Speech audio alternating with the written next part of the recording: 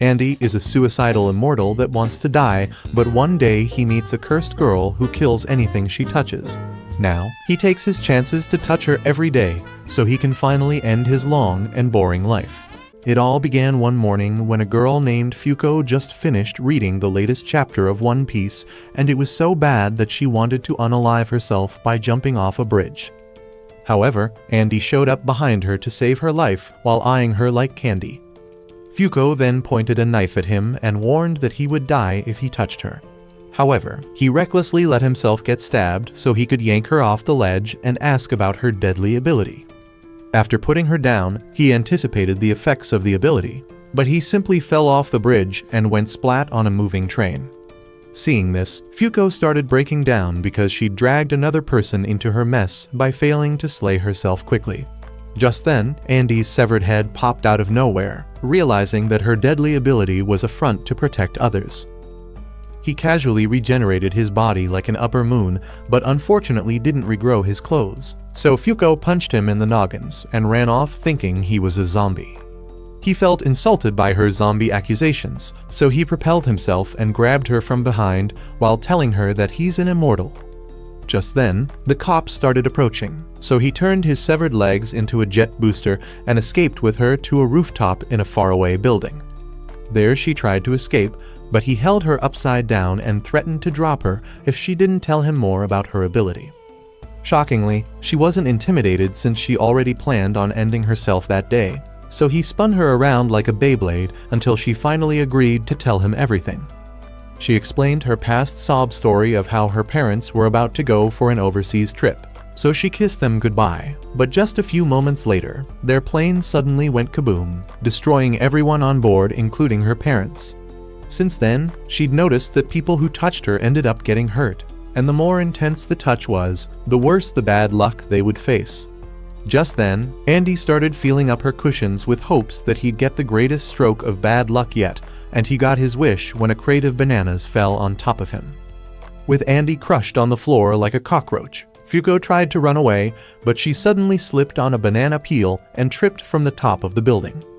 As she fell, she felt sad because she was about to die without getting to experience anything girly or get to watch JoJo's steel ball run. However, Andy jumped after her, impaling his bones into the building to stop the fall as he carried her in his arms. Afterwards, he expressed how excited he was to finally find someone who would end his long, miserable life.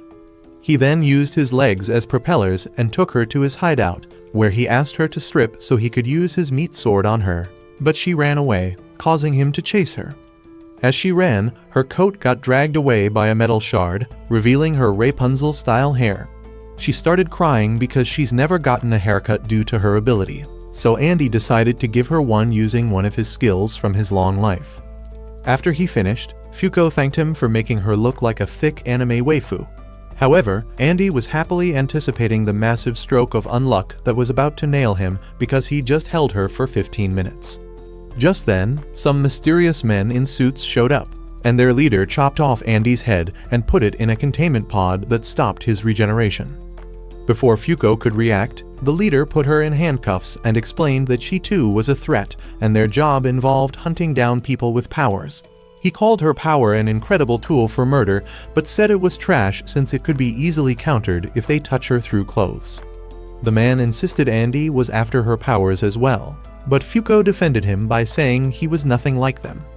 He then attempted to stop her yapping by threatening to eliminate her instead, but Fuko wasn't intimidated by the low-budget men in suits as she was busy feeling guilty since it was her fault Andy got arrested.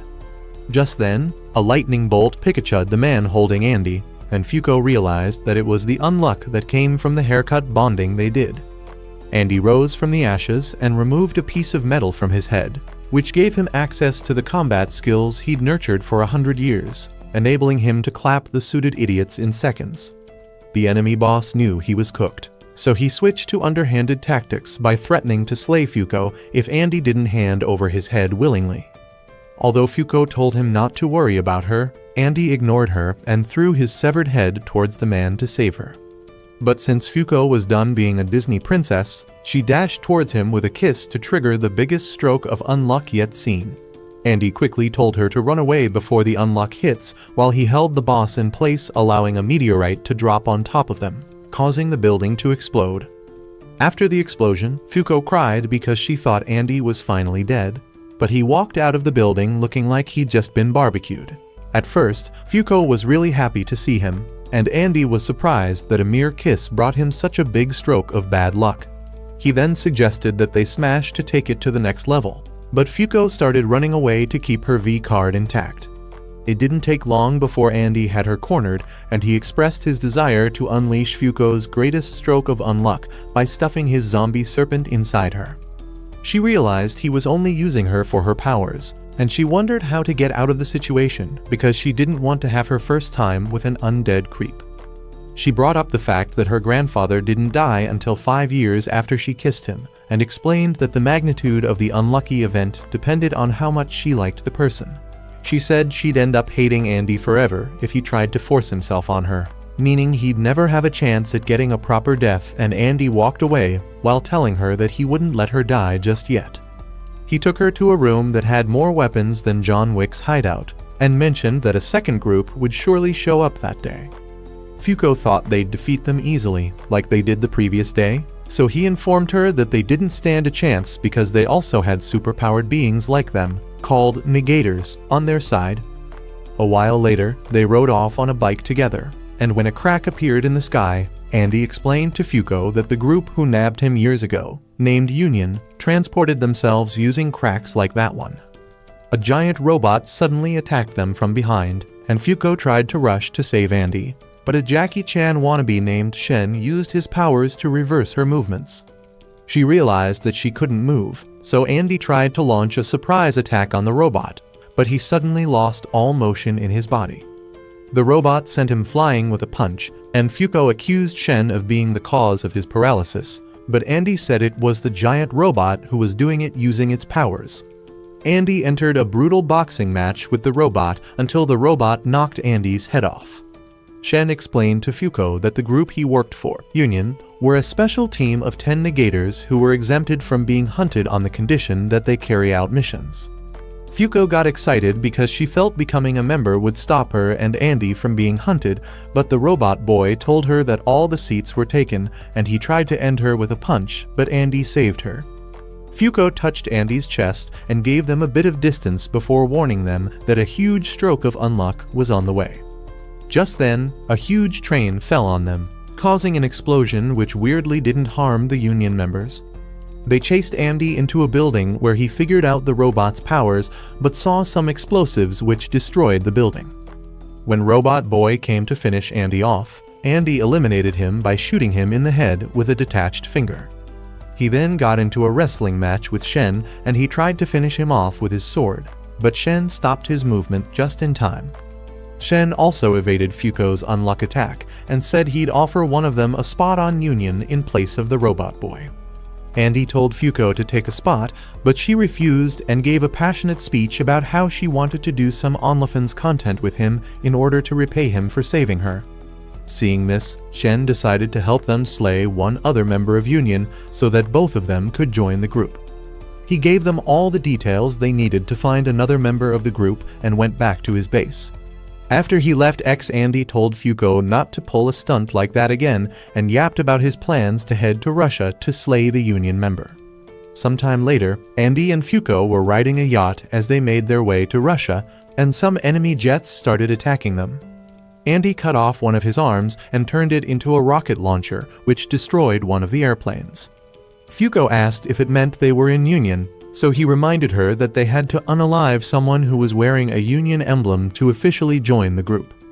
Andy narrowed their target down to 3 negators, including a lady with the power to create invisible barriers, which she used to defeat him several years ago. He told Fuko that they'd be cooked if they run into her, and this made her realize that even Andy had people he was weak against. Just then, the pink-haired Union lady fired a large missile from her plant, which destroyed their boat, causing Fuko to get stuck underneath some rubble in the water. Andy saved her with his undead abilities, and when they returned to the surface, he told her to lift her hands up as they were both surrendering to the enemy above them. However, Andy said it was all a ruse to see if she could control her unluck ability.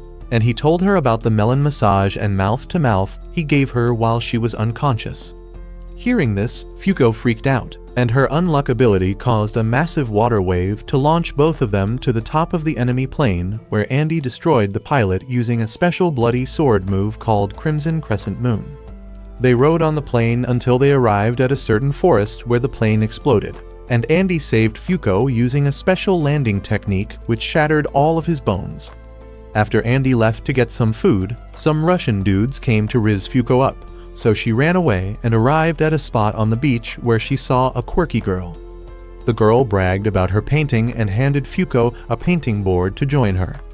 When they were done painting, Fuko told her about how she used to be miserable until she met Andy, who helped her change, but the girl suddenly rose up to the sky using a barrier. Andy charged at her, but she sent him flying using her barrier. When he landed on the floor, he told Fuko that the girl was actually Gina, the negator who clapped him several years ago.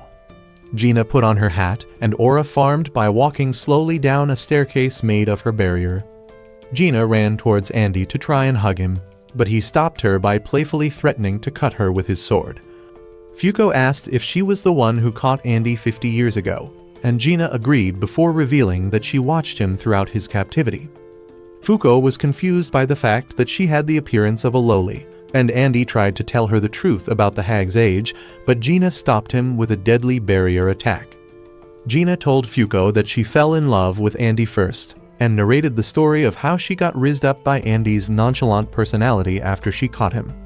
She said she'd lost track of him after he escaped 40 years ago, but found him thanks to his recent adventures with Fuko, and Andy interrupted her monologue by spamming grenade attacks on her.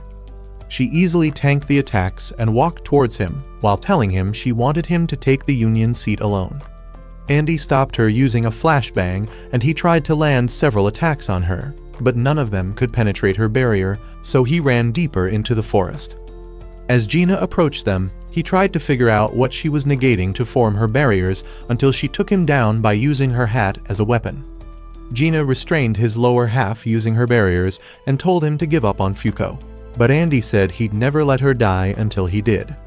Hearing this, Gina walked towards him with her hat spinning like a chainsaw, and she said she'd take his head just like she did 50 years ago.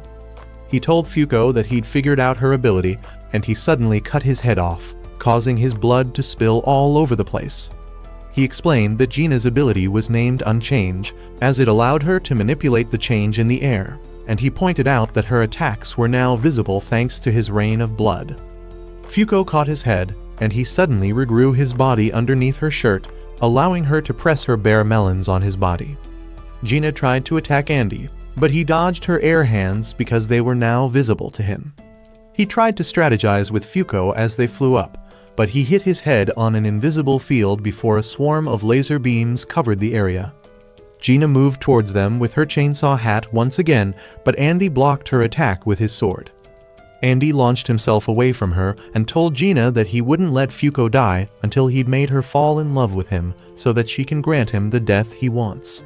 This made Gina even more furious, so she spammed attacks at them, and Andy dodged repeatedly until he finally clapped back by covering her force field in his blood. With Gina's vision impaired, they created a hole in her force field, and Fuko tossed Andy's severed head inside, causing them to be hit with a massive laser blast due to Fuko's stored unluck. As Gina's life started to fade, she told Fuko about how beautiful her painting was, and she cried while telling them to go away so that they wouldn't see her hideous aged face. Instead, Andy told her she looked beautiful and kissed her. Yeah, boy. A while later, Fuko was crying her eyes out as she held onto Gina's Union jacket, so Andy told her Gina always had a death wish. He said he promised her that he'd put her at the top of his hit list when he escaped from prison, and he thanked Fuko for helping him free her with her unluck ability. Just then, a giant monster appeared from a crack in the sky and took them to the Union headquarters. As they fell through the sky, Andy tried to nab the Union members with his finger bullets, but they all countered the attack, and he landed on a seat at their table. A masked lady named Juaz welcomed him to Union and the other members of the group. Shen, Billy, Phil, Tatiana, Ishin, Top, and Nico took a close look at them. Just then, Tatiana punched Andy into a wall, and Billy told her to calm down because fighting among members of the group was strictly forbidden. However, she saw that her hands had already been sliced to bits by Andy, and Juiz used her Temugen Jutsu ability to stop them from escalating things. At midnight, Juiz called forth a monster called Apocalypse, which revealed that there were 6 quests available. The first quest is to capture a Yuma named Burn, and the prize was the addition of an 11th seat to the Union. The second is to capture the Yuma named Eat, with the reward being the location of a negator named Unburn. The third quest involved neutralizing a Yuma named Language, and the reward was to unify the world languages.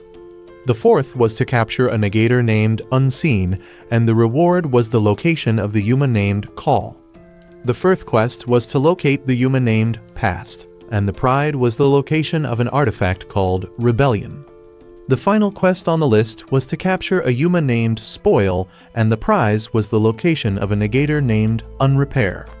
Apocalypse said if all quests weren't completed before the end of August, the penalty would be the addition of a Yuma named Galaxy to the world. When Top explained what Apocalypse was to Fuko, she gave a passionate speech about how they needed to stop following its orders, but Juiz shut her up by informing her that they had to do those quests so they could slay the god on the other side of the Apocalypse book.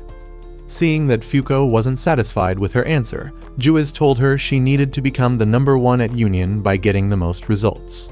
Just then, Andy grabbed Apocalypse and asked it what the hardest quest was, so it recommended the mission to capture Spoil. Andy immediately took the quest and recruited Shen to be the 3rd man for his team. A while later, Shen told Andy the importance of wearing a Union uniform, but he said he didn't need one. Suddenly, the alarm started going off as a Yuma named Clothes escaped its cell. When Clothes attacked them, Andy knocked it out, but then it took over Mui's body. A hulked-up Mui started attacking Andy and Shen, so Fuko used her unluck to make a brick fall on her head. With Mui unconscious, the Yuma left her body and latched onto Andy as a suit and tie which didn't get destroyed even when hit with a huge blast of unluck. A while later, Nico was informed by his maid that Spoil was seen in New York, and Andy got excited because he wanted to eat some American hamburgers during the mission. Some hours later, Andy and Fuko drove through the streets of America, and they were both pleased by the view. As they rode along, Fuko read out the details of their mission on the quest letter, which revealed that their destination was the town of Longing. Just then, Shen showed up and informed her that Spoil had a legion of homemade zombies, and when she asked him if they stood a chance, played a video recording of some agents who got destroyed while investigating the area a while ago. That evening, Shen met Fuko in a private location and assured her that he and Andy would handle Spoil. However, Fuko said she wanted to help out because completing the quest would grant them information on where to find Unrepair, and she felt that Unrepair would have knowledge of how to solve Andy's death problems. When she asked Shen why he took on the quest, he said he wanted to see Victor, the god of victory. The next day, they arrived at the town of Longing, and Andy destroyed the walls with a missile launcher, causing the zombies to charge at them. Andy drove tight through the horde of zombies and arrived in the middle of the city where he used a bloody sword technique called Crimson Waxing Moon to destroy a whole bunch of zombies. He then found a zombie that wasn't fully turned, so he decided to use her as a guide to Spoil. However, Shen warned him to be careful because the Yuma had already activated its ability, and pointed out that Yumas impose their rule on anyone who stepped within their range with no exceptions. Andy then noticed that a timer had appeared on his stomach, and when the timer hit 0, Andy's skin started rotting in a way that even his regeneration ability couldn't stop. Just then, Andy told the gang that he was getting married to the zombie lady, and they were confused, so he explained that his half-zombie body allowed him to understand their language, and the zombie lady had promised to tell him where Spoil was if he got married to her. Fuko approved the motion, and when Andy walked ahead, Shen reminded him that the goal of the mission was to capture Spoil and not end him. Fuko then noticed an unzombified boy in a sewer, and when she chased after him, Shen stopped her from approaching him further so that she wouldn't get affected by Spoil's ability. However, the boy pointed a gun at them and accused them of being agents sent to slay him and his friends. Fuko pitied the boy so much that she jumped into Spoil's range to hug him, and Shen entered the range as well, so they both had timers appear on their body. Elsewhere, Andy had his wedding ceremony with a zombie girl, and she begged him to put her zombie friends out of their misery before showing him a statue where Spoil was hiding. When Andy attacked the statue, Spoil came out in its true monstrous form, which was basically a low-quality version of the colossal titan. Andy attacked the monster repeatedly with the town's bell and motivated the zombies to charge at him. In the sewer, Fuko introduced herself to the boy, and he introduced himself to her as Ken. He said he had to protect his pals because he was the eldest among them, and Fuko assured him that she'd protect him before asking him what happened there. 1 week ago, Ken and the people of Longing were having a good time before Spoil appeared and transformed their people into zombies. Seeing what had happened, Ken's teacher took him and his friends to that emergency bunker and advised them to chase their dreams before turning into a zombie. One of Ken's friends named Miai started crying, and they noticed that her numbers were about to hit 0, so Ken consoled her by talking about her dreams of becoming a florist. When the girl cheered up, Fuko noticed that her numbers went up again, and then they overheard a noise from Andy's battle on the surface. When they went up to take a look, they were surprised to see the zombies supporting Andy as he used all of Levi Ackerman's biggest moves on the monster. Andy put them in charge of taking care of his new zombie bride, and the boy recognized the zombie lady as their teacher. When Miai hugged the teacher, she thanked them for protecting her students, and suddenly a zombie bumped into Fuko. When that zombie charged at Spoil, it died in an unlucky way, and when Andy saw this, he commanded the zombies to touch Fuko so that they'd become bombs. As Fuko argued, the teacher suddenly hugged her, and with tears in her eyes, Fuko hugged her back with her bare hands. As the teacher rushed towards Spoil, Fuko warned them that a huge stroke of unluck was coming, but Spoil grabbed her anyway, causing it to fall into a building filled with explosives. After the explosion, Fuko touched all the zombie attackers while Shen put Ken and friends back in the bunker for their protection. When Fuko and she told Andy that they'd been affected by Spoil's curse, he said they should leave capturing it and focus solely on saying it. Just then, Spoil absorbed all the zombies in the area, causing it to transform into a different monster form, and it fired a huge blast which corroded the Statue of Liberty from miles away. Mui informed Shen and the others not to let him hit them with that beam, but Spoil made this hard for them as it blasted them with numerous beams at once. Noticing his arm was hit by the attack, Andy sliced his arm off, and he realized that the attack meant instant death to living beings because it corroded them instantly. When he charged at Spoil, it knocked him down and pummeled him on the ground before approaching Shen and Fuko with its extended head.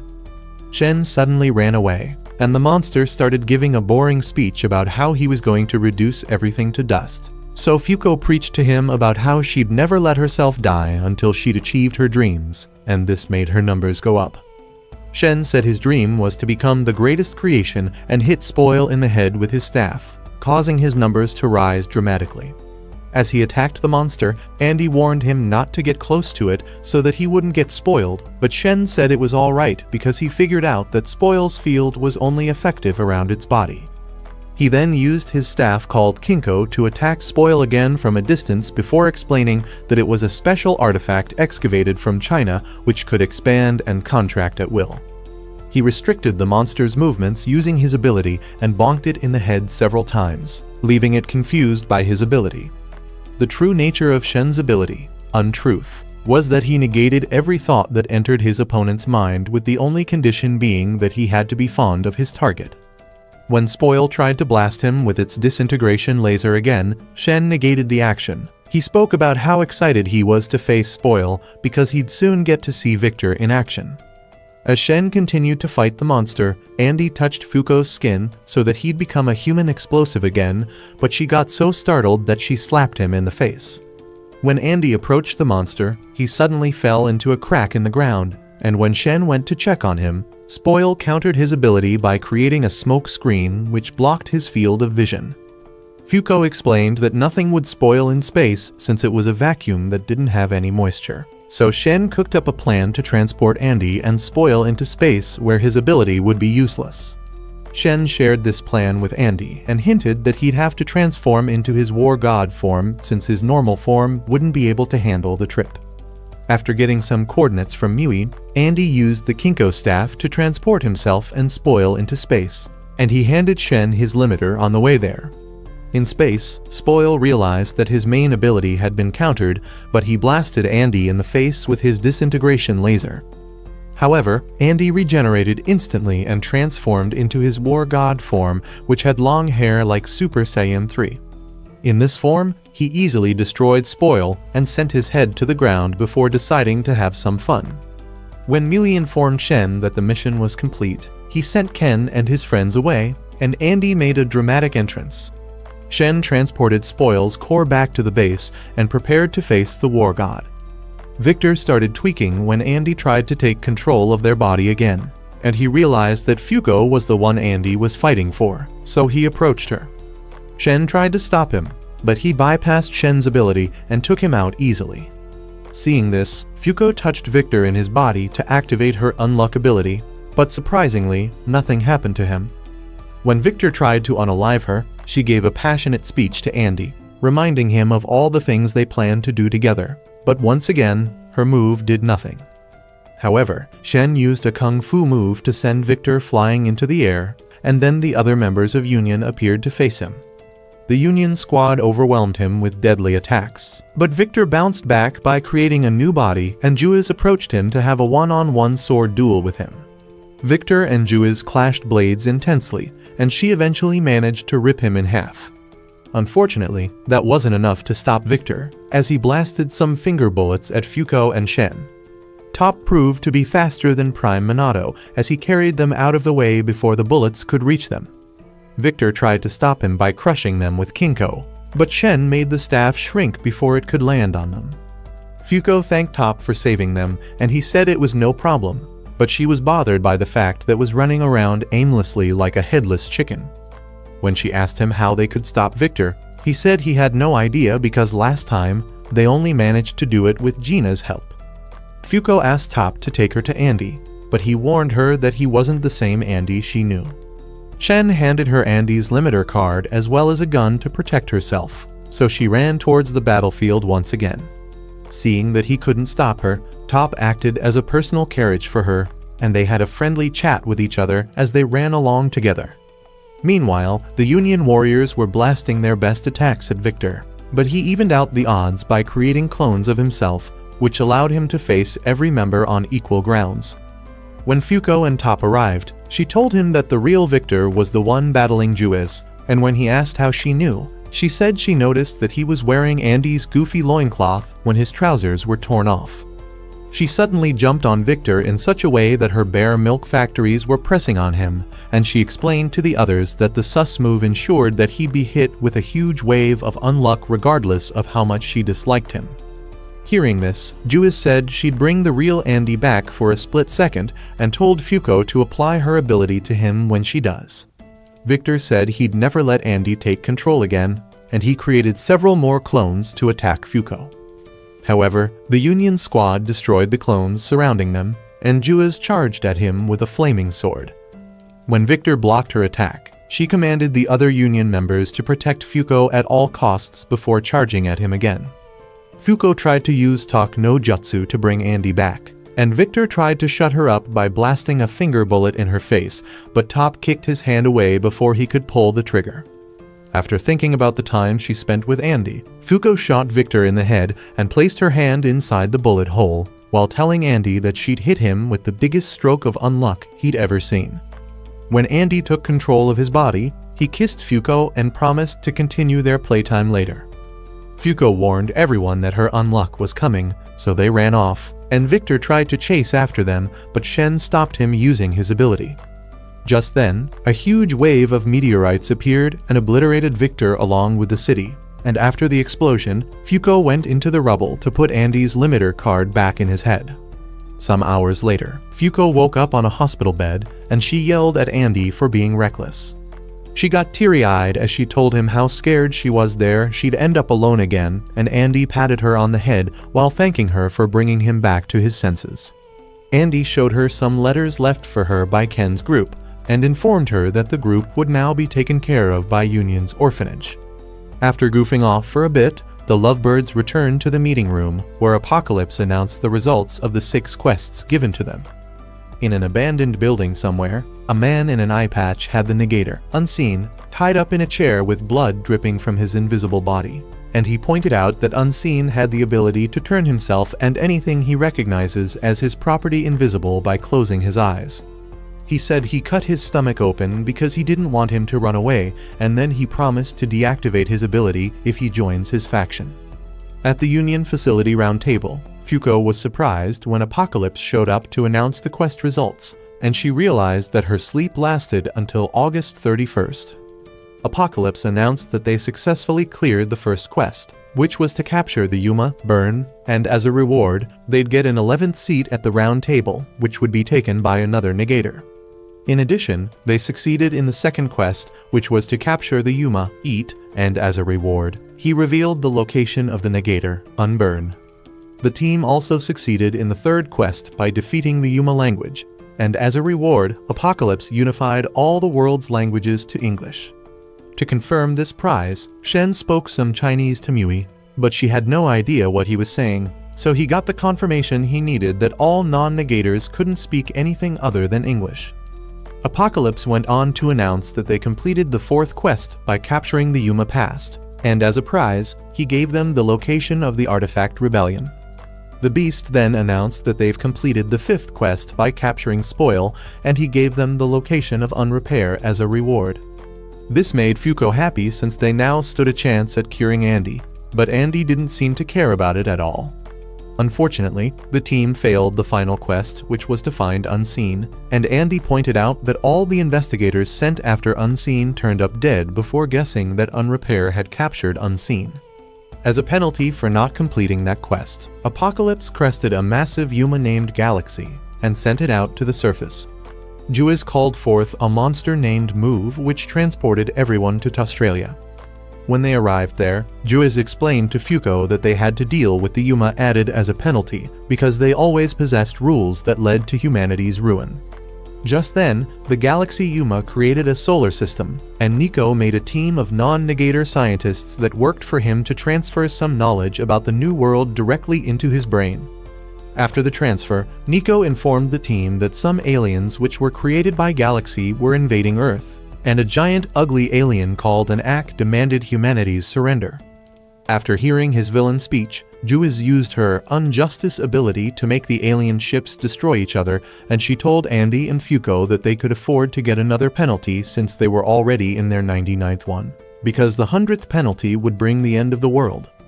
She said their highest priority at the moment was securing an 11th member, because if they didn't fill up the seats within 3 months, they'd get another penalty. Afterwards, she scared the alien off with a terrifying speech and assigned Andy, Fuko, and Tatiana to locate Unrepair. Several days later, Fuko was in a mall freaking out about the number of celebrities around her when Andy showed up in a dazzling suit and tried to rizz her up. Sometime earlier, the duo were riding on a fancy plane, and Andy informed Fuko that a black market auction was an action that dealt with negators which the Union hadn't been able to manage. The guys being it are mafia from all around the world, and they always held the auction in random locations, which made it hard to find them, but Juiz managed to locate them. Andy said the next auction would be held at midnight the next day on a luxury liner docked at the port of Rio de Janeiro, and their plan was to infiltrate the ship as a guest using the 3 passes that Nico made in an attempt to find Unrepair. He pointed out that they'd need some disguises because only a few celebrities were allowed at the event. Back in the present, Fuko freaked out when she tried out the sus outfits that Andy picked out for her, and he explained that he was trying to cause some unluck by touching her revealed skin. Fuko remembered her earlier discussion with Juiz where she expressed her concern that she'd be a burden to Andy and Tatiana during the mission. But Juiz told her she believed her unluck ability would eventually become powerful enough to defeat God. She wanted Fuko to work with Andy more and fall in love with him, so that she'd become strong enough to overturn the Ragnarok, which was fast approaching. In the present, Fuko chose a Walmart version of Cardi B's Met Gala outfit for her disguise, and as they walked away from the mall, Andy started creeping her out again. so she used her unluck ability to knock some sense into him. As they sat by the shore, Andy admitted that he wasn't sure which was the original owner of his body between himself and Victor, but Fuko promised that she'd always bring him back no matter how many times Victor took over. When free to help Andy up, but she wasn't wearing her gloves, so her unluck activated when she touched him, causing Tatiana to appear out of nowhere and crush him.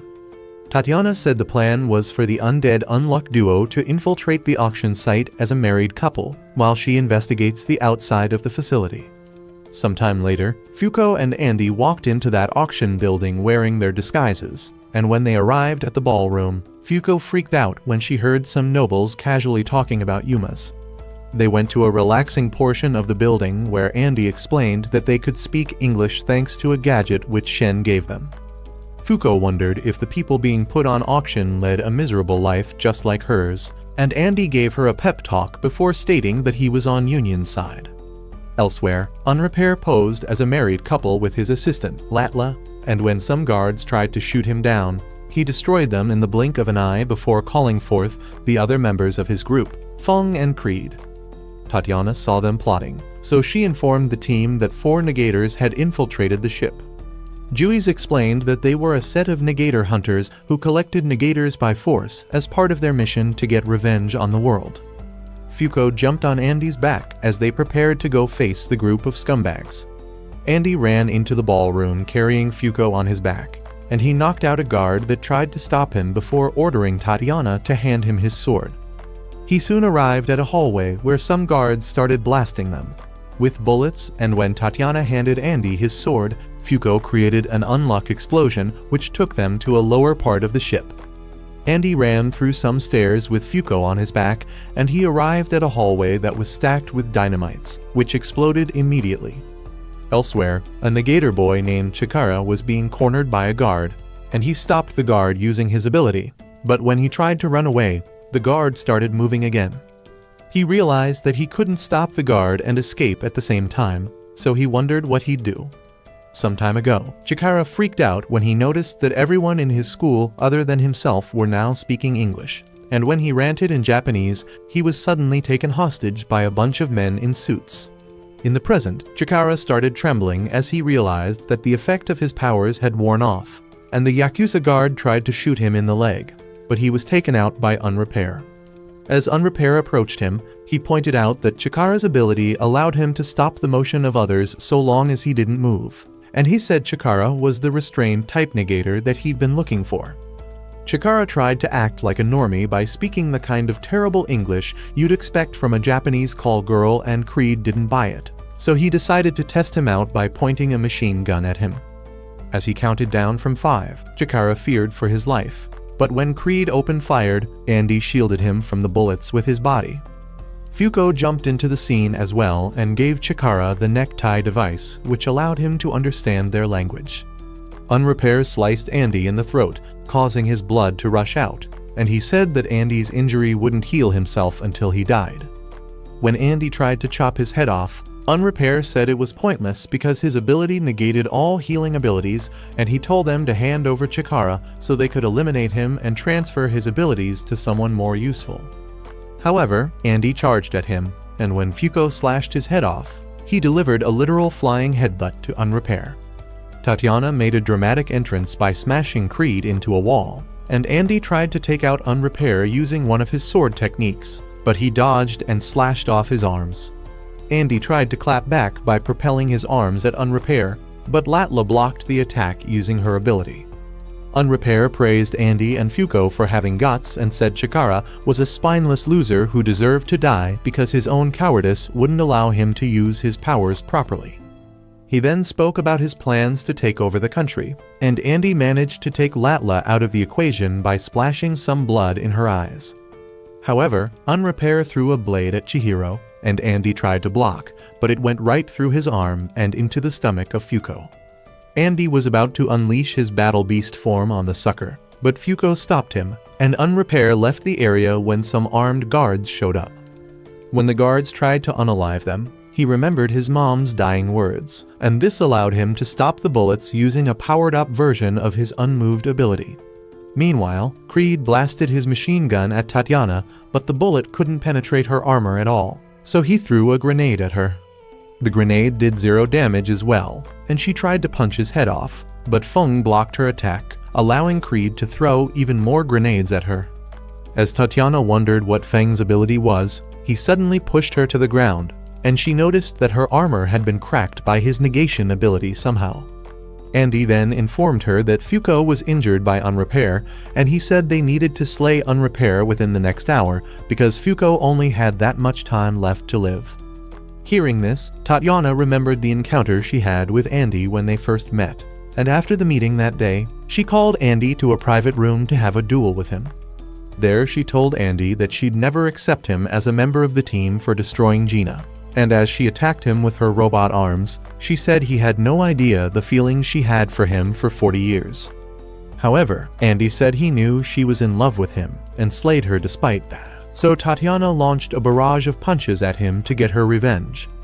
When a robot arm approached Fuko, Andy managed to save her using his top half, while his bottom half got smoked by one of the robot arms, and Tatiana realized that she'd have unalived her if he didn't protect her.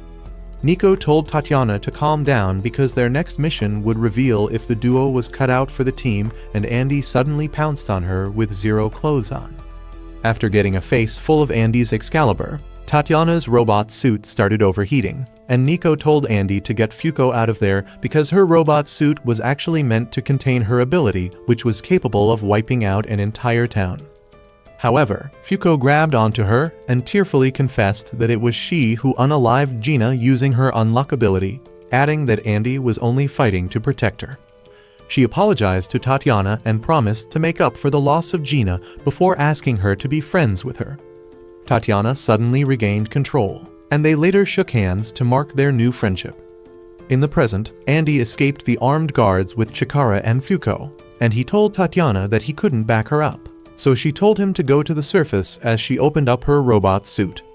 Tatiana said she wouldn't forgive them for hurting her dear female friend, and she fully released her ability. Creed blasted her with his machine gun, but his bullets melted on impact with her robot armor, so he released a poison gas to take her out. Some years ago, Tatiana's ability activated during her birthday party, which led to the death of her family members as well as everyone within the vicinity. She ran away aimlessly until she was taken in by the mafia who tried to sell her off to the highest bidder. However, Billy saved her by shooting all the criminal scum in the auction room, and she tried to convince him to destroy her, but Billy fed her some snacks instead. He explained that her ability created an untouchable barrier from the surface of her hair and skin and took her to Union headquarters where Nico designed a robot body for her. Billy assured her that her powers would eventually be used to protect someone, and he advised her to let it rip when the time came. In the present, Tatiana created a massive untouchable field which destroyed the ship, allowing Andy to get a clear view of Unrepair. As they floated in the sky carrying their damsels, Andy fired a finger bullet at Unrepair. Latla once again used her ability to change the trajectory of the bullet, so Andy fired several more bullets at them, which were evaded as well. When Andy charged at them, Unrepair activated some extra rocket boosters on his leg, and Andy told Chikara that they had to settle things there because Fuko would die if they let things slip.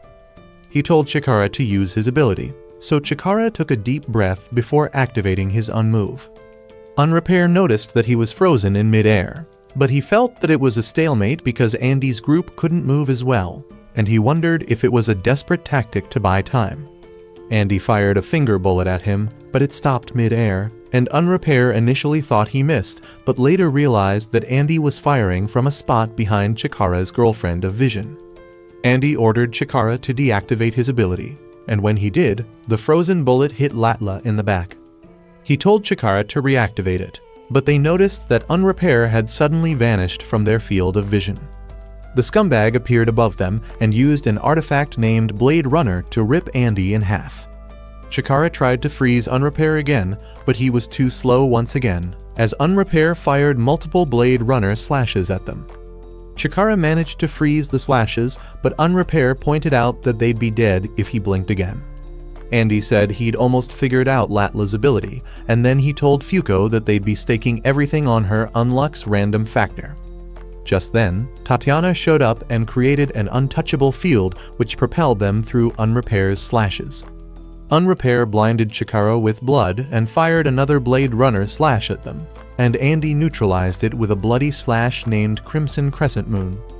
Fuko then kissed Andy on the cheek, and he told Chikara that they needed his power because a meteor was about to fall on them. Just then, Unrepair slashed Andy again, and he fell into the river along with the meteor that came from Fuko's unluck. Thinking Andy was finished, Unrepair charged at Chikara, but the coward finally grew some Easter eggs as he stopped Unrepair just in time for Andy to fire a bullet right through his chest. Latla took the injured Unrepair into that mouth of a whale and told them that he wouldn't die that day before escaping with her team. After they left, Fuko started worrying about her injury, so Andy confirmed that Unrepair's ability had been deactivated by showing her that his body was regenerating. He thanked Fuko, Tatiana, and Chikara for aiding him with their abilities, and afterwards, they gave Chikara a week for him to figure out if he'd want to join them at Union or not. A week later, Fuko and Andy waited outside Chikara's school for him, and when there were 10 minutes left on the clock, they got the shock of their life when they saw Unrepair in a smaller form. When Fuko asked him how he survived, he said he died from Andy's bullet shot to the heart but ended up looking like that afterwards. He assured them that he'd return to his original size in no time, and Andy suddenly sent him flying with a punch. He was acting oddly cheerful despite just having his teeth knocked out, but Andy grabbed his shirt and said he wanted to bring more pain to him because he wasn't satisfied with just shooting him in the chest. Unrepair apologized and asked Fuko about her injury, so she told him she'd been patched up by a doctor. He then handed Fuko a handgun as a present, and immediately she touched it. She saw a vision of an overpowered being destroying the world. She screamed and dropped the gun on the floor before asking Andy what it was. When Andy picked up the gun, he got the same vision, and when they asked Unrepair what they saw in the vision, he said it was God. Unrepair said he and his crew decided to rule the world before God came because they realized that nobody stood a chance at defeating it. Andy said it'll be a short reign, but Unrepair said his team had an advantage because they could take the next step unlike Andy's group. As Andy tried to figure out what he meant, he got a call from Union, informing him that the Union members were fighting negation hunters in 2 separate locations. Unrepair revealed that his group's name was Under, and said they'd make the world flip around so that it could become fair.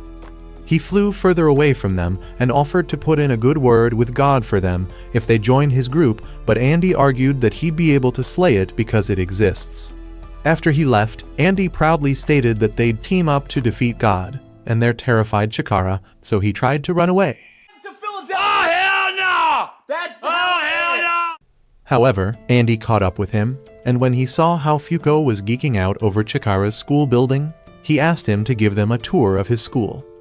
When they went inside, Andy told Chikara that the world would end by January if they bagged more penalties, and Chikara said he had to live long enough to atone for unaliving his parents. During his past years, Chikara was coming back from a shopping trip with his parents, and after he crossed the road, his unmove ability activated for the first time, causing his parents to freeze in the middle of the road. When Truck-kun approached them, Chikara tried to save them, but they got brutally isekai'd. His dad died immediately, but his mom suffered some serious injuries which sent her to the hospital until the final day of her life when she told Chikara to become someone who took action for others before passing. This story moved Fuko to tears because she could relate to it based on her own tragic past, and Chikara made timings even more relatable for her by mentioning how he tried to unalive himself after finding out that he was the cause of their demise. With tears pouring from his eyes, he told them that he decided to live because he felt it's what his parents would want for him, and he told them he wanted to join the team. Just then, Chikara's friend, Ryo, came by and started talking to his buddy about his university plans. When Andy said it was time to go, Chikara thanked Ryo for everything and said goodbye to him before entering Andy's car. There, he told Andy that he wanted to wipe Ryo's memories of him. So Andy made Nico erase his buddy's memories, and Chikara cried as the car drove forward. Fuko told Andy to teach her to fight because she wanted to defeat God, and he agreed. Sometime later, the Union squad assembled at the round table, and Apocalypse came by to debrief them. Some time ago, Tatiana asked Billy why he put on his spurs that day, and he told her that it was because he was using the sound to see around him. Tatiana said he didn't need them because he already had her, and she reminded him that she promised to be his eyes, so he calmed her down by saying he needed her. In the present, Apocalypse informed them that the 4 quests available had the 100th penalty at stake and announced that every quest was open to everyone living on Earth. The first quest was to neutralize a Yuma named Spring, with the prize being the location of the artifact Aegis. The second was to neutralize the Yuma named Summer, and the prize for that was the location of the negator Unchange. Quest 3 was to capture the Yuma Autumn, and the prize for that was the addition of the Yuma named Ghost. The fourth quest was the neutralization of the Yuma Winter, and the reward was the location of an artifact named Remember. Apocalypse said the quest deadline was the end of December, and the penalty for not completing the quests was the addition of the Yuma named Revolution. Shen asked if Mui could participate in the quests, so Juiz made it clear that everyone, including those outside the round table, were free to join in on any of the quests. Billy interrupted them by pointing out that if some of them died before getting a shot at the 101st penalty, it would seal their deal at defeat. He said they only needed to slay 3 out of the 4 targets and suggested dropping nukes on them. Tatiana said his plan would cause the deaths of many innocent people, and Billy said it was okay because it would be the only thing they'd lose. He then called Juiz naive for always seeking a better outcome, and said it was impossible for any of them to slay God. He suddenly fired some bullets at everyone, and all of them evaded the attack, apart from Ishin, who got hit while trying to protect Phil. Andy and Shen pointed their weapons at Billy, and Andy deduced that Billy was somehow connected to the recent villain events they faced. As Nico operated on Ishin, Billy roasted him, so Top kicked his teeth out. However, Billy suddenly appeared on the table and announced that the round table now belonged to Under as the other members of the group showed up on a volcanic monster. He then claimed that he'd be the one to defeat God, and Tatiana was in a state of disbelief as her Riz daddy had now betrayed her team. She told them that the guy they were seeing wasn't Billy because his ability, Unbelievable, only allowed him to hit targets with his gun that would normally be impossible by ricocheting the bullets around surfaces. When Unrepair called him boss, they all realized that he was a traitor, so Top tried to attack him using Wally West moves, but he clapped the wannabe speedster easily before regenerating himself using Undead's ability. As the rest of the Union squad attacked Billy, he used Juiz's ability to stop them before ordering the monster, Burn, to swat them away. After they dodged the monster's attack, he asked Tatiana to hand him her ability, but Fuko defended her by shooting him in the face with the artifact gun. As Billy moved away with his gang, Juiz emphasized that they needed to stop him from taking the round table or else they'd lose their way of opposing God, so Andy offered to stop him using Fuko's unluck. Juiz ruled up the entire Union squad and assigned them to special roles which would support Andy and Fuko's attack, aside from Tatiana, who was asked to stand by. As the agents of Under rode on Burn, Unrepair talked about how easy it was to get the jump on the Union frauds, but Billy told him it wouldn't be easy because they'd soon come to halt their momentum.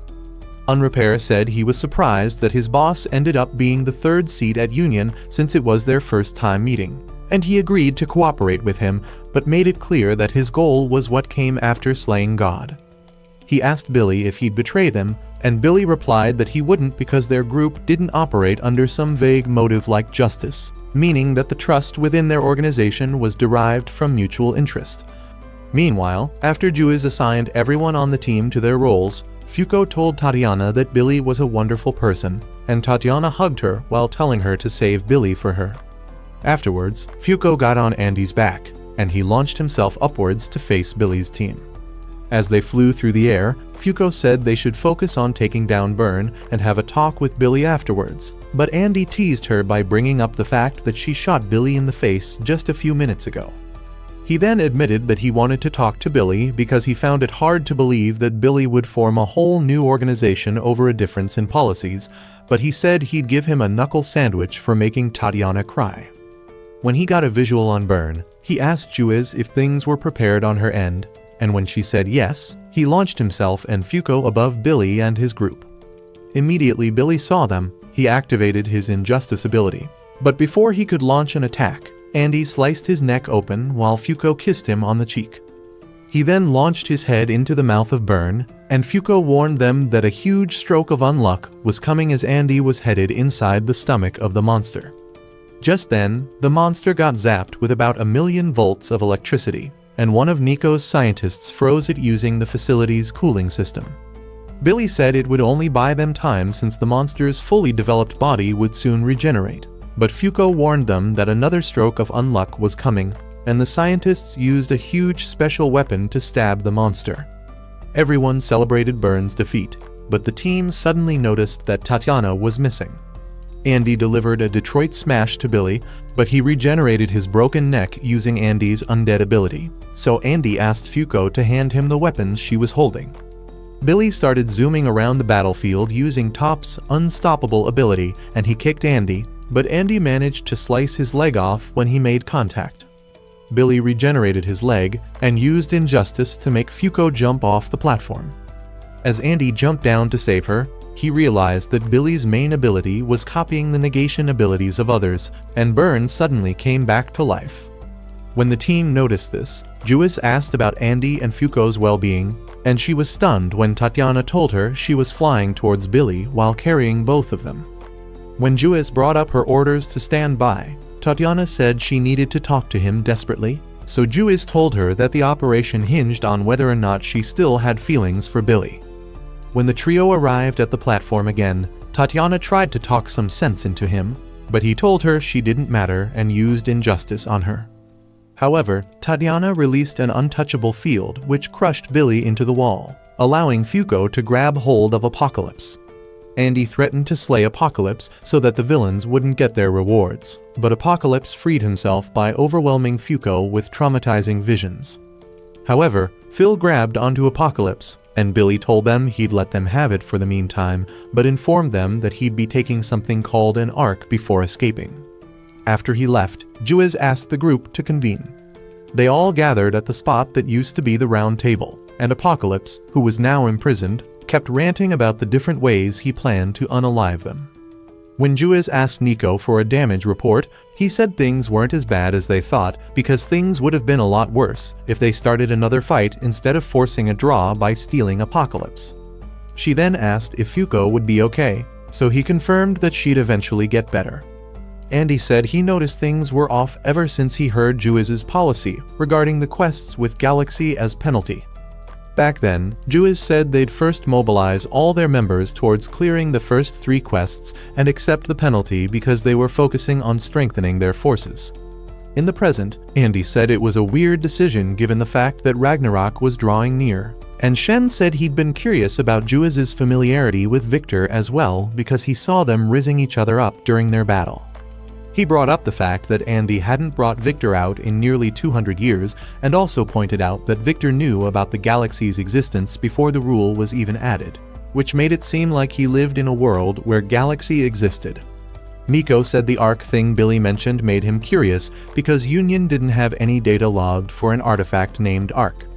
Just then, Jewis took off her helmet and assured them that she wasn't using her ability on them before revealing that the world they were living in was on loop. She explained that it was in a constant cycle of destruction and renewal by God's hand and said Union was an organization created to stop that. Everyone was surprised, but Fuko figured out that the images from the artifact she saw were from before things were recreated. Jewis said it was a history of her own incompetence, which was why she gathered strong negators in order to slay God.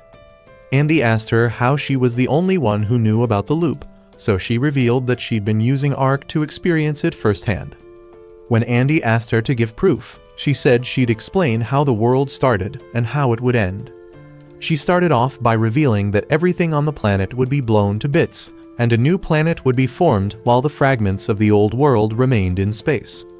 She told Fuko that the meteorites that fell from space whenever she used her unluck were these old world fragments, and Fuko was surprised because she was taught something different in science class.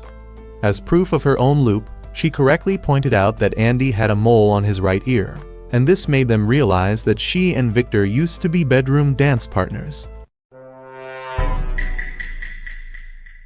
Andy figured out that she and Victor were working together during these loops because Victor couldn't die even when the world gets destroyed, and Juiz used the Ark to communicate with him. Juiz said there were only two ways to avoid the rules. The first of the high was for Andy to die, and the second was to unalive God. She presumed that Billy's insurrection was because news of the loop got leaked, and she decided to atone for it by taking her life. However, everyone in the gang told her not to go along with it because they believed in her, and Ishin mounted a new round table which they all sat on. During their meeting, Juiz said they needed to apprehend Billy, crush under, and take back everything that the group took from them. She specially assigned Andy and Fuko to check the legitimacy of a certain book which she believed held the last and future events of the world as penned by a certain artifact. Juiz brought out a certain book from her coat, and Fuko was shocked when she saw it, because it was a copy of Boku no Pico manga, which she considered a masterpiece.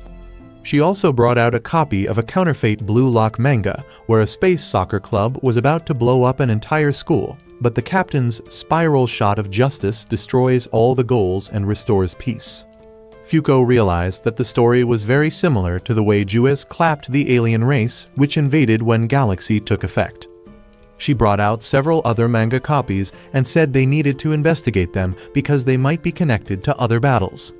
Fuko brought up the fact that no one knew anything about the author of these manga, so Juiz informed her that they were drawn with an artifact named G-Liner and explained that objects drawn by themselves weren't affected by the addition of new rules. This meant that the original manuscript didn't fall under language unification and would still be in Japanese. Juiz then told Andy and Fuko that she wanted the status of the raw manuscript and intel on the author, Anno Un. Andy realized that the target would be at the publisher, so he decided that they'd whip up a banger romance manga for the mission. Sometime later, Andy and Fuko were led to a special room by one of Nico's underlings named Miko, and while they were there, Fuko realized that she was more clueless at making manga than the author of Tokyo Revengers. Andy activated a computer program to help with the manga making process and rizzed up Fuko until she finally got some motivation to draw. As she drew the manga, she told Andy she believed she'd be able to unlock much larger strokes of unluck if she understood her feelings better. Several hours later, after drinking about 5 dozen Red Bull, she finally finished her first manga manuscript, and Andy was impressed by it, so he decided to make the storyboards for it. Just then, Miui and Miko showed up to assist them, and things got even more out of hand when Tatiana joined the manga geek group as well. Some hours later, Andy informed Fuko that he was done with the storyboard, so Fuko and the others went into overdrive as they drew the manga pages at incredible speed. Juiz eventually joined the party as well, and while she drew with them, Fuko asked her why nothing in the manga hinted anything about Billy's betrayal. She also pointed out some inconsistencies in the writing, which made Juiz conclude that the author intentionally left things out. Fuko literally froze into a pillar of ice when she saw how awesome Juiz's drawing was, but she worked for several more hours until she finally finished the manga, which she titled Undead Unluck. The next day, she showed her manga to a publisher, and after a harsh criticism, the lady agreed to submit it to the contest. Afterwards, she took Fuko to a room where she found the manga they were looking for, and as the publisher lady spoke about the unpublished arcs of the manga, the Union Squad realized that it was related to the current and future events of the world. Juiz immediately ordered them to find Anno Un because she wanted the details for the future before the agents of Under got their hands on it. Meanwhile, Fuko saw the publisher lady, Tahioka, on the phone with Anno, so she asked to speak with her, and Andy scared her into agreeing with Fuko's request. When she handed Fuko the phone, Fuko told Anno she wanted to meet her, and the author told them to come meet her in Canada, where she currently was. On the plane to Canada, Andy enjoyed a 5-star meal, and he told Fuko that the author was sus because she only talked with the editorial staff via silent phone calls and letters for the 20 years that they worked together. He also brought up the fact that Union was having a hard time capturing this masked manga maker and said he was determined to nab her at all costs. A few hours later, Andy and Fuko arrived at the park in Canada where they were meant to meet Anno, and Fuko noticed that it was autumn over there. They sat on a bench and ate some McDonald's snacks, and as they discussed their plans to smoke the author, They had no idea that she was already reading their manuscript behind them. She asked if they wanted to know about the reason for Billy's betrayal, how to defeat the Yumas, Andy's mysterious past, and how to defeat God. She said it came with a price, and suddenly, some spider Yumas appeared behind her, but she didn't seem bothered since she knew it was their territory. She told them that they were about to battle the Autumn Yuma and said they were definitely going to get stronger after they defeated it. She declared the start of the Autumn Arc, but when the spiders tried to attack them, they exploded into a pile of goo, causing Anno to be disappointed. Andy pointed his sword at Anno while asking if she knew the future, but she suddenly appeared in front of Fuko and told her that autumn would soon arrive. When Fuko heard a scream, she ran to see what was going on despite the warnings of Anno, and she arrived at a spot where she relived the tragic memory of the zombie teacher's death during the battle against Spoil. Soon after, all three of them arrived at a river where Autumn Yuma and his minions were waiting for them on the other side. Anno said it was a Yuma that fed on people's autobiography, and they saw the monster transform its victim's head into a book which it read briefly before eating. Autumn asked for a more interesting and rare story before sending its spider monsters at them, and Andy charged at them with Fuko on his back, taking down several spider Yumas before firing a bullet at Autumn. However, his bullet did 0 damage to Autumn, and the Autumn Yuma transformed Andy's leg into a pile of books, so he cut it off to regrow a new one. Meanwhile, Anno cut off her left arm and attached a version of Andy's arm, which she drew before firing a massive finger bullet attack at Autumn. Autumn regenerated from the attack, and Anno carried Andy and Fuko away on an aircraft before Unrepair arrived at the area. On the plane, she told them she couldn't regrow her left hand because she could only manifest one drawing at a time, but said it was okay because she didn't need it to draw manga. When they arrived at her base, Anno drew a claw from the Autumn Yuma and said it would help Andy power up by connecting to his past. When she hit him with the claw, he transformed into a giant book that extended beyond the Earth's atmosphere. Fuko was surprised by the size of the book, so Anno explained that it was like that because Victor's portion was also included and added that it was how long he lived.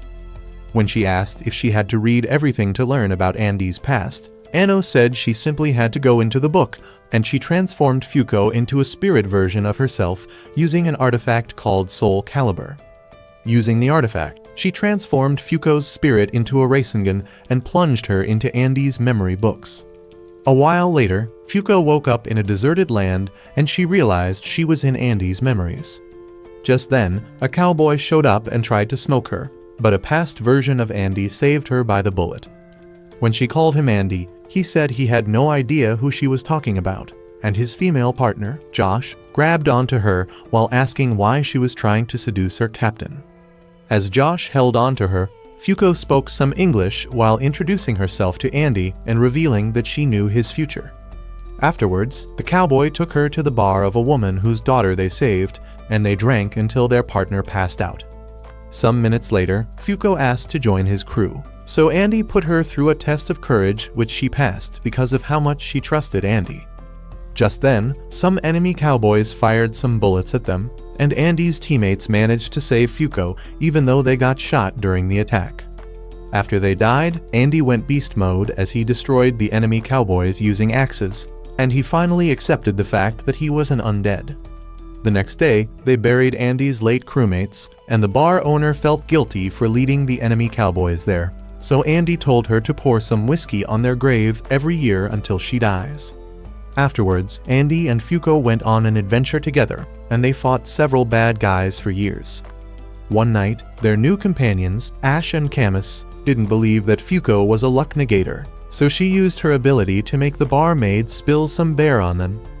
She later met up with Andy by the shore of a river, and they had a deep conversation about death before Andy told her to go to his older memory.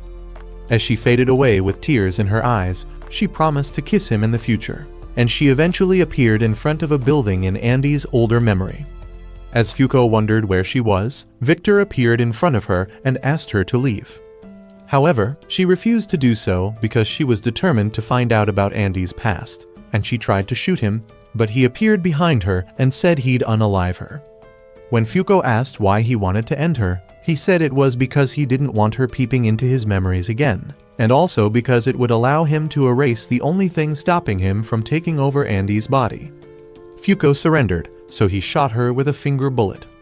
She woke up in a different period of Andy's memories where Victor appeared behind her and slayed her again.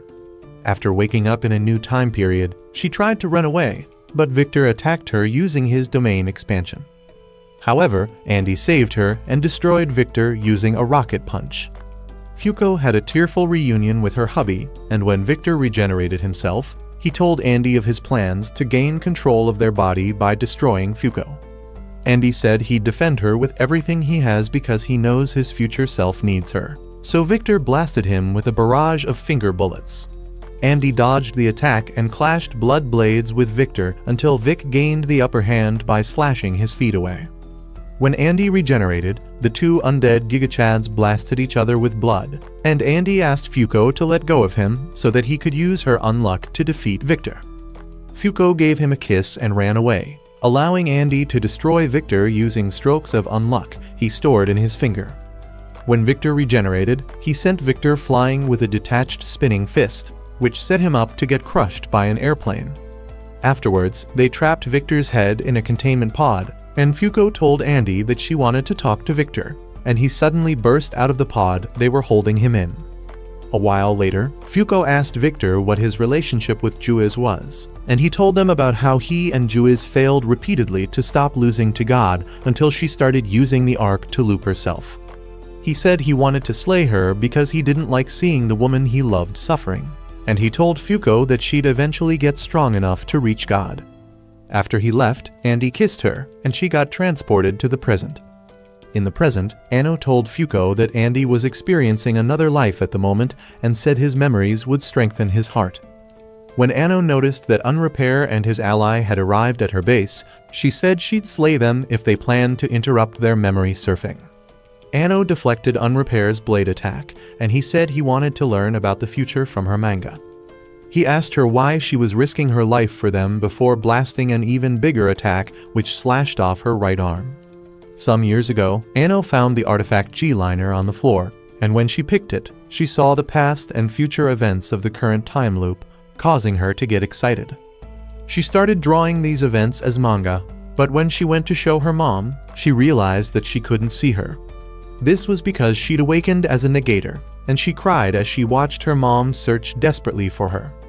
One day, she saw her mom praying for her to be alive somewhere drawing the manga that she loved, so she took up the G-Liner and continued drawing manga with the hopes that she'd someday get to meet the union members that gave her courage. She eventually published her first romance manga, and got overwhelmed with happiness when her manga got serialized immediately. A while after she got serialized, she went to a forest where she saw Andy learning water-breathing sword techniques with a girl. When she tried to hug him, she went right through him, and she saw him give the girl the most brutal rejection of all time after she confessed her feelings to him. Anno's memories of the future revealed that the good guys would lose by losing Andy and Fuko, and she figured out that she could jot down the events of the future in her manga in order to change it. In the present, Andy came out of his book and destroyed a negator that was hiding in the wall using a blood slash. Fuko got sad when she saw Anno lying helplessly on the ground, but Andy motivated her to prepare for the battle ahead. When they went outside, Fuko made contact with Unrepair's partner, but she managed to steal Fuko's gun before falling off the roof. Fuko tried to convince Unrepair to work with them, but he refused because he wanted to use the Ark to stop Latla's fated demise. When Latla showed up with Autumn, Unrepair and Fuko had a race with their partners on their backs to see who would destroy Autumn first. As they charged at Autumn, Anno told Andy and Fuko that she was sure they could defeat the monster this time around. Andy and Unrepair blasted slashes at the monster, but it tanked them, so Andy hit it with a slash at point-blank range. However, the Autumn humor regenerated instantly, and Unrepair's didn't dent it at all. The monster started firing husks at Andy, but Andy dodged, and Anno told them to buy her some time while she drew the strongest artifact which was guaranteed to defeat Autumn. Unrepair and his group thought she was lying, and they decided to steal the victory from Andy after he dukes it out with the monster. As Anno watched them fight, she introduced them to her late mother, including Unrepair, who she called Rip. She said he was kind and cool, but he suppressed it after losing someone dear to him. She built an artifact which she used to transform Rip back to his adult form, and Rip asked her why she used the artifact because he knew it made the user age 10 times the length of time they manipulated. Anno was already an old hag, and when he approached her, she told him to use his power to capture Autumn before transforming into an orb. When Fuko saw what had happened to Anno, she remembered how Anno's manga gave her comfort during her past years after she lost her parents and grandparents. As Andy kept attacking the monster, Rip asked him who Anno was and why he helped him. Fuko told him everything Anno did for them and told him these things were necessary to defeat Autumn. Just then, Autumn's spider Yumas fused with its main body, causing it to transform into a more powerful monster. It tried to attack Andy after trapping him in a book, but Rip went shoot style as he saved Andy by delivering a kick to the monster which couldn't be healed. Afterwards, the 6 of them fought together like a Temu version of the Avengers, and Andy and Rip used a combo move to tear through Autumn Yuma's body. With the monster's core exposed, Andy fired an unluck bullet, which destroyed Autumn's body, allowing Latla to grab the monster's core. After the battle, Fuko thanked Rip for working with them, but when she asked him to join their side, he refused because he still intended to steal the Ark so he can bring back a loved one he lost. Andy told Rip that Anno was a negator with an ability called Unknown, and after the agents of Under left, Fuko laid on the grass with Andy. What stroke of unluck do you think would hit Andy when he finally claps Fuko's cheeks? Will a volcano erupt on him? Will he get annihilated by a rocket? Or will his own cheeks get clapped by a Dragon Ball character? Let us know in the comments. That's all for today's video. If you like anime recaps like this, check out this video here.